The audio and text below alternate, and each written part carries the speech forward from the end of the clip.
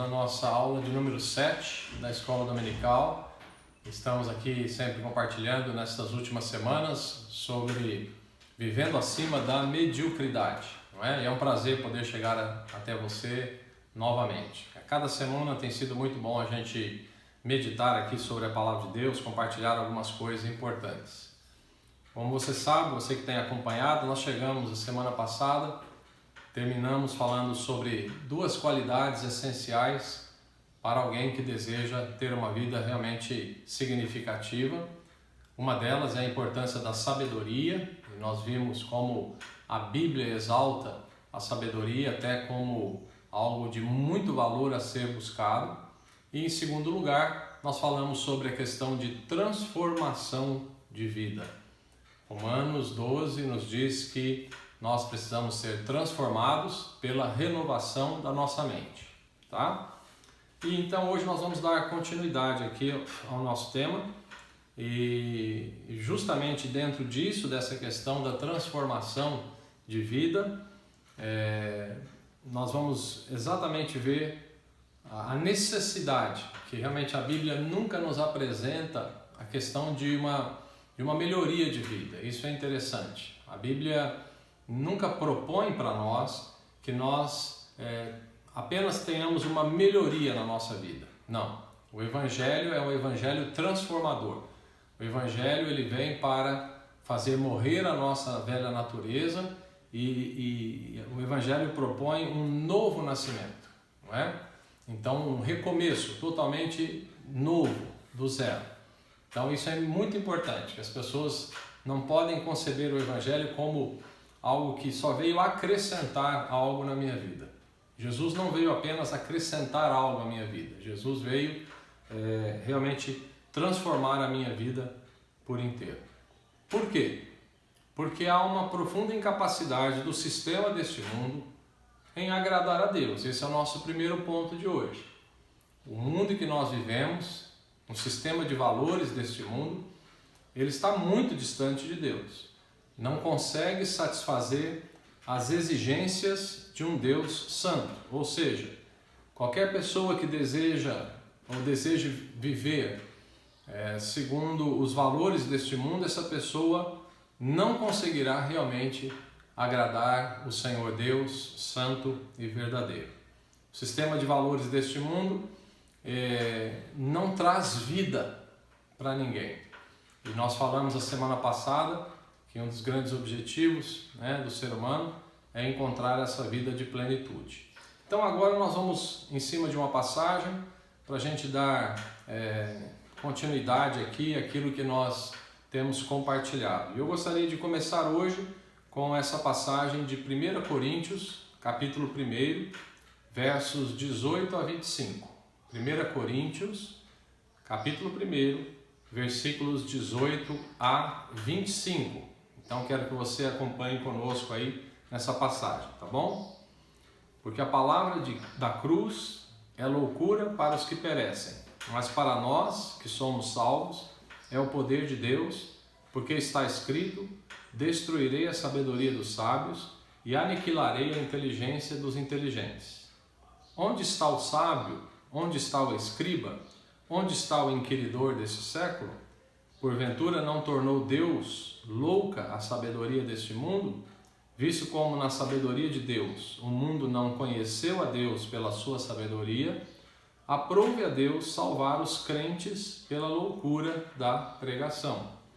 Porque os judeus pedem sinal e os gregos buscam sabedoria, mas nós pregamos a Cristo crucificado, que é escândalo para os judeus e loucura para os gregos.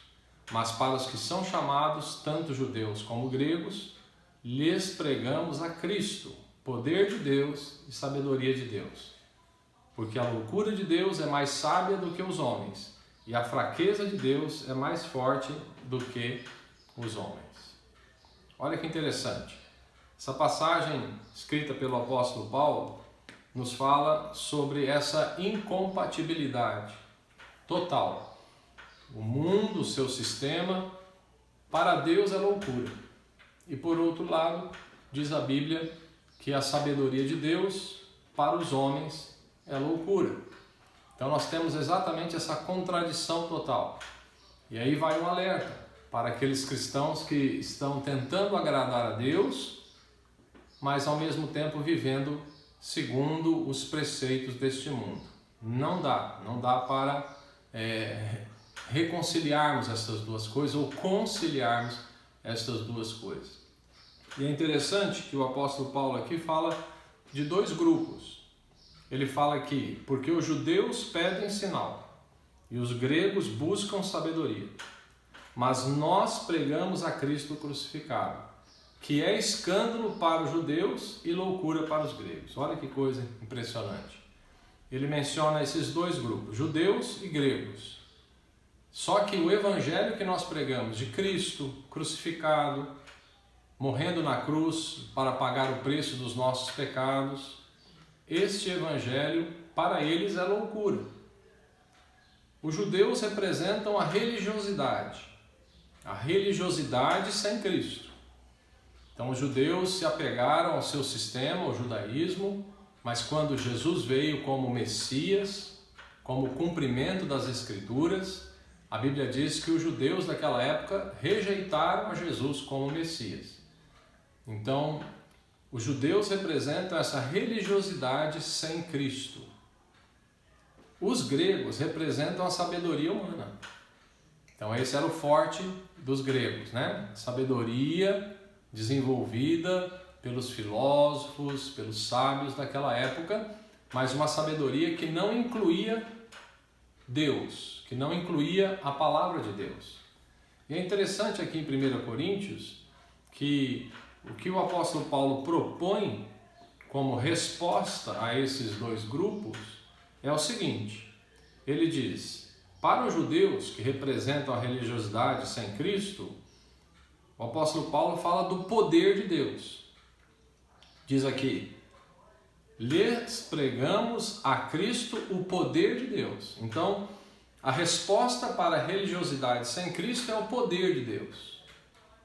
É a verdadeira religião. A verdadeira religião, ela tem o poder do Espírito Santo, ela tem vida, ela não tem apenas preceitos. Então toda vida religiosa, em que a pessoa apenas obedece preceitos, mas ela não tem um relacionamento vivo com o Espírito Santo, essa religiosidade ela é vazia. Então a resposta de Paulo para a religiosidade sem Cristo é o poder de Cristo. E a resposta de Paulo para os gregos, que ressaltam a sabedoria humana, é exatamente a sabedoria de Deus. Então nós temos essas duas coisas. Para a religiosidade sem Cristo, poder de Deus, vida, Espírito Santo, comunhão com Deus de verdade. Para a sabedoria humana, representada pelos gregos, mas hoje muita gente está tentando viver segundo a sabedoria humana, nós temos o contraponto da sabedoria de Deus. E nós sabemos que essa sabedoria de Deus, nós pedimos ao Senhor e nós adquirimos essa sabedoria na comunhão com Deus. Na nossa comunhão de oração, de leitura da palavra, de intimidade com o Espírito Santo. Então, o que nós estamos falando? Como alguém pode viver acima da mediocridade? Só se essa pessoa for transformada. A Bíblia não fala de melhoria.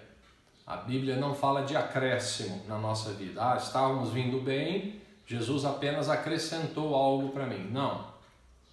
A Bíblia fala de uma transformação total de vida.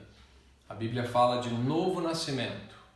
A Bíblia fala de morrer a nossa natureza terrena para termos uma natureza nova. A Bíblia fala para nos despojarmos do velho homem e nos revestirmos do novo homem. Então isso é bem claro. Para que eu viva acima da mediocridade, eu preciso entender que eu preciso de uma transformação de vida, e a resposta é poder de Cristo e sabedoria de Deus. A outra questão que mostra muito claramente a incompatibilidade do sistema desse mundo em relação à nossa fé, em relação ao nosso caminhar com Deus, é o que nós encontramos na passagem de 1 João capítulo 2, versos 15 a 17. 1 João capítulo 2, versos 15 a 17. Não ameis o mundo, nem o que no mundo há. Se alguém ama o mundo, o amor do Pai não está nele. Porque tudo o que há no mundo, a concupiscência da carne, a concupiscência dos olhos e a soberba da vida, não é do Pai, mas do mundo. E o mundo passa, e a sua concupiscência, mas aquele que faz a vontade de Deus permanece para sempre. Então essa é a segunda questão aqui. A incompatibilidade, primeiramente, do sistema deste mundo em relação à sabedoria de Deus. E a incompatibilidade no sentido de amar o mundo, não é?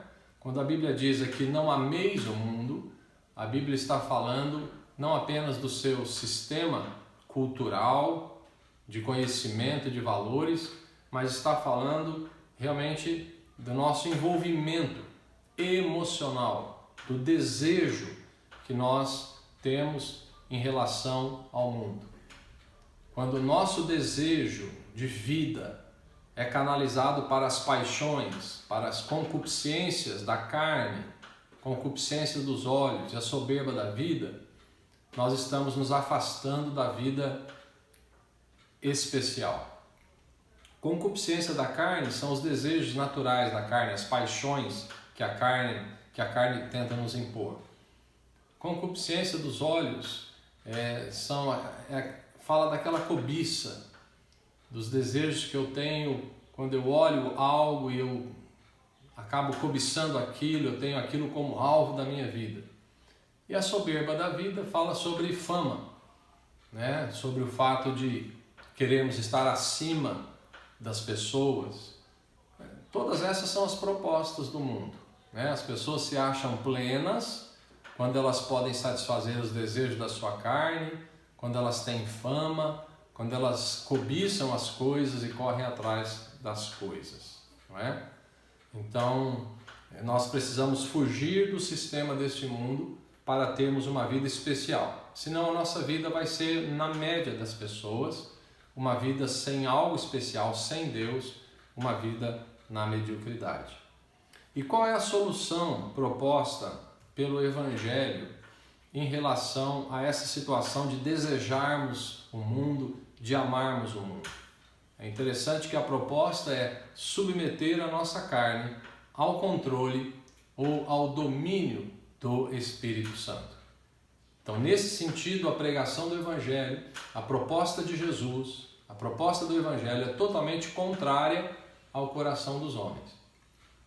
Os homens acham que vão encontrar plena satisfação se tiverem toda a liberdade de correr atrás dos desejos da sua carne. E nós sabemos que esses desejos se resumem a desejos sexuais, desejos de poder, tudo isso revestido com a busca pelo dinheiro. Então, as pessoas acham que se caminharem no sistema de valores deste mundo e puderem alcançar tudo o que deseja o seu coração, elas serão felizes e plenas. Não, não serão. O mundo está aí para provar, né? As insatisfações, os suicídios, as depressões, a ansiedade, tudo isso está aí para provar que o ser humano que busca no sistema deste mundo a satisfação para a sua vida, ele está errado, ele está equivocado. É por isso que as pessoas estão decepcionadas, é por isso que as pessoas estão cada vez mais tristes, deprimidas, é por isso que há tanto suicídio. O suicídio é um exemplo máximo da decepção que uma pessoa pode ter com a vida e com o sistema deste mundo. Aí vem o Evangelho e nos propõe exatamente o contrário, ou seja, você quer ter vida plena, você tem que submeter a sua carne a uma disciplina. Você precisa receber de Deus a força do Espírito Santo para disciplinar então a sua carne. Olha que coisa interessante. E à medida que eu consigo, com a ajuda do Espírito Santo, intimidade com o Pai, a leitura da palavra, me alimentando da palavra de Deus, à medida que eu consigo juntar todos esses ingredientes, eu vou ter força e poder para ter controle sobre os meus pensamentos e desejos, e eu vou conseguir disciplinar a minha carne. 2 últimos versos que exatamente confirmam isso que eu estou dizendo. Em Colossenses 3, 5, a Bíblia diz: assim façam morrer tudo o que pertence à natureza terrena de vocês: imoralidade sexual, impureza, paixão, desejos maus e a ganância, que é idolatria. Olha a proposta do Evangelho: assim façam morrer tudo que pertence à natureza terrena. Façam morrer a vossa natureza terrena. E o indício aqui, o que a Bíblia nos diz é que isso depende de nós também. Vocês têm que fazer morrer, é um imperativo, é uma ordem. Vivam de tal forma, com a ajuda do Espírito Santo, com a busca de Deus, que vocês terão condições de se disciplinar e fazer morrer a vossa natureza terrena, que é conhecida: imoralidade sexual, impureza, paixão, desejos maus, ganância, idolatria. Essa é a proposta do Evangelho. E também em 1 Coríntios, o apóstolo Paulo confirma isso num testemunho pessoal.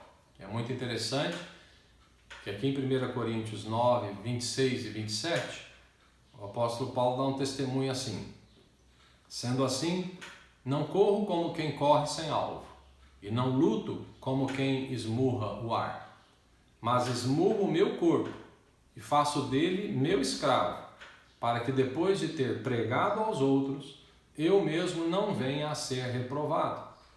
Então o apóstolo Paulo dá um testemunho pessoal muito interessante da sua autodisciplina. Eu esmurro meu corpo, eu luto contra a minha carne. Em outro momento ele diz que ele tinha exatamente essa dificuldade. Aquilo que ele sabia que devia fazer, ele acabava não fazendo. Aquilo que ele não deveria fazer era isso que a carne dele pedia. Paulo dá esse testemunho em outro lugar. Mas aqui ele diz: então eu submeto o meu corpo, né? Eu esmurro o meu corpo para que faça do meu corpo o meu escravo. Olha que interessante. Faço dele o meu escravo. E é isso que as pessoas precisam entender. Nós precisamos tomar as rédeas da nossa vida, com a ajuda de Deus, com a ajuda do Espírito Santo. Nós precisamos tomar as rédeas. Porque é muito fácil a pessoa dizer: eu não consegui, eu não resisti à tentação. Tal situação foi mais forte do que eu podia resistir. Foi mais forte do que eu. Errado, né? Errado. Nós não podemos simplesmente entregar os pontos. Pelo contrário, a Bíblia propõe um evangelho em que você retoma o controle da sua vida.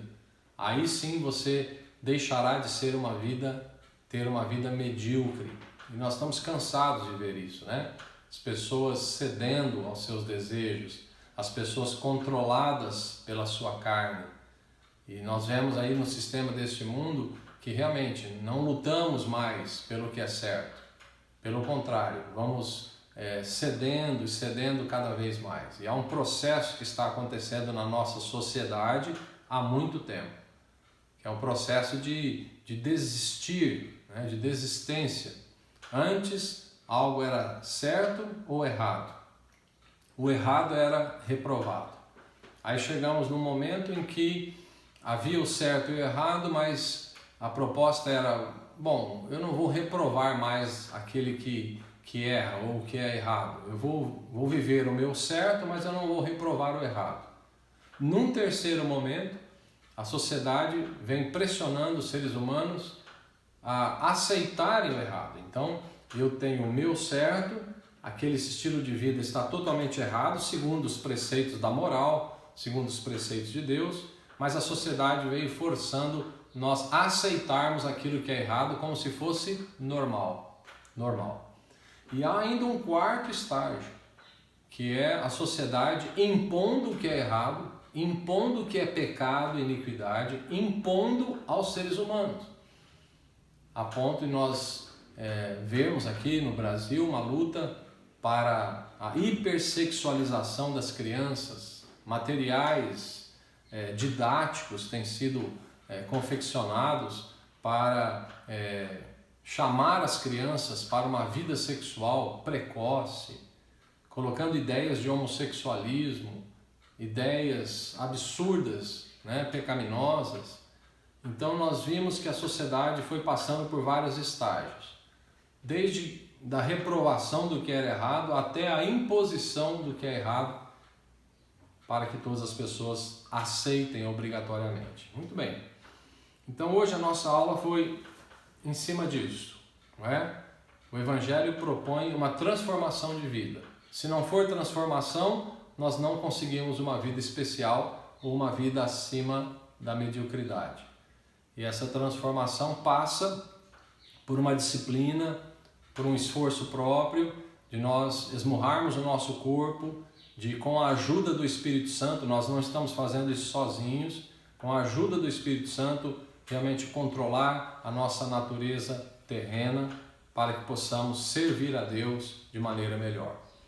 E eu quero terminar aqui com um grande exemplo de uma mulher cristã que, logicamente, na sua história, para servir a Cristo, precisou de grande disciplina, precisou de muita dedicação para fazer o que ela fez. Nosso exemplo hoje é de uma mulher holandesa chamada Corrie ten Boom.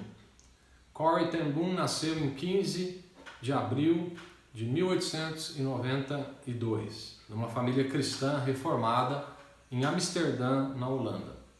Poucos meses depois do nascimento de Corrie, seus pais mudaram para uma cidade chamada Haarlem.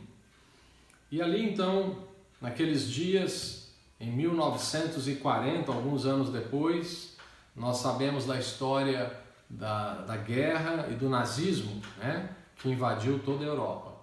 Então, em 1940, os nazistas invadiram a Holanda e em 1942, Corrie e a sua família tornaram-se ativos na resistência holandesa e eles começaram a esconder refugiados em sua casa, lá no Haarlem, na Holanda.